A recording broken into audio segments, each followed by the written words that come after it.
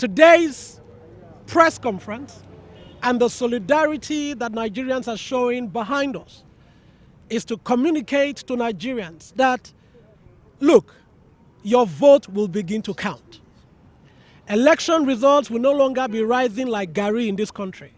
If your polling unit, every time you vote and they say at the end of collation at your polling unit you saw 500, what it means is that before the result leave your polling unit to anywhere they want to do their final collation, INEC could have received that result. So what I'm saying to Nigerians is, don't worry. By 2023 or any other time where we have elections in this country, come out and vote, because that is what we're going to be seeing. Secondly, we're also calling on the conference committee now to say, even though we are happy that the Senate has changed course, we are calling on the conference committee not to go to sleep.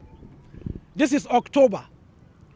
We would be grateful and we would give all of you presents and gifts and call you heroes if by the end of October the conference committee has finished harmonizing the Electoral Amendment Act, the Electoral Amendment Bill, so that by November, or maybe before November, it has gotten to the office of Mr. President.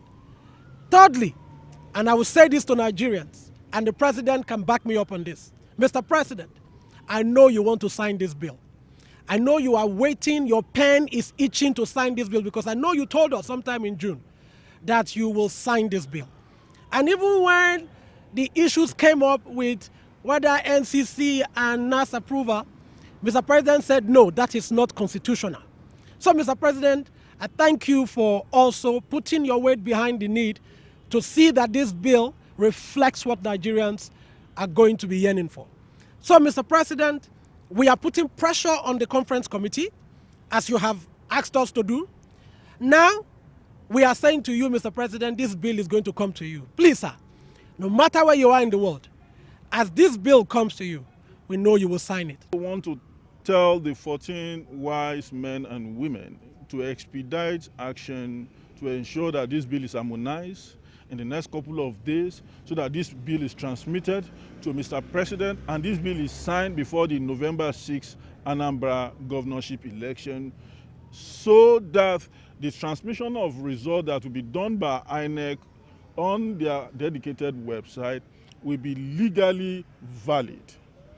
Because we know that INEC is going to transmit these results, but the validity in terms of legality is another issue. But the moment the president signs and gives his assent to this bill, we are hopeful that he will do so and this bill will become a legal document for the Federal Republic of Nigeria.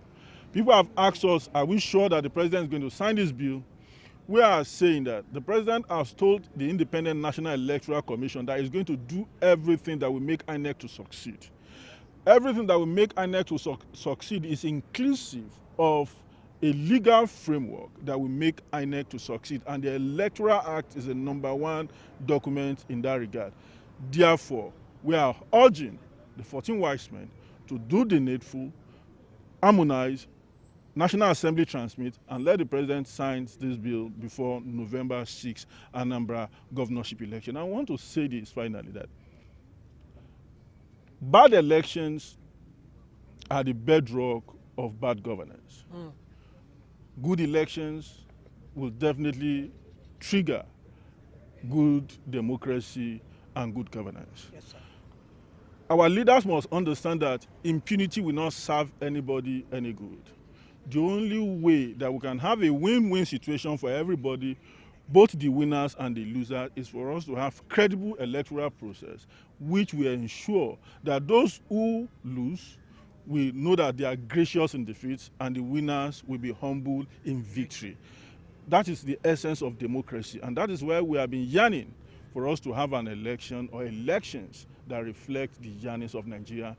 On this day, I believe that members of the international community and our friends within and without will continue, will start to, applaud Nigerians that this is a good beginning for us in terms of having elections that are credible, transparent, free, and fair. One of the reasons why people are saying that they should have a direct primary is because our election has become monetized. And some persons who are who are participating in smaller elections like House of Representatives and even the senatorial elections also have that concern that governors are manipulating the process when it comes to indirect primaries. So, but for us, we believe that there is no easy way out of this. The best option would have been for the two parties, for the two modes of primaries to be allowed, in our democratic process.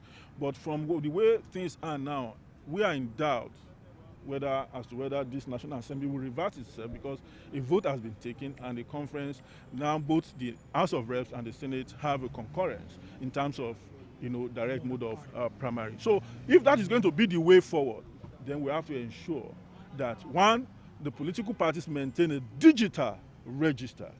Two, appropriate financial records of members must be put into consideration. If you are not a due paying member, you cannot vote. You must have your register and you must have a number. Just like today, my matric number is still with me. The political card, the party membership card must have a well-structured arrangement in such a way that not just anybody can be called on election day or when election is approached to come and join PDP, APC, or any other party for them to become a member. It's a welcome development for the progress of this nation, because it will actually give us a crystal clear trajectory to where we are going to as a nation, both in every developmental sector of this nation. So welcoming this e-transmission of electoral results and activities would help us as a nation and ensure that everyone is in line with the vision and the mission of this nation.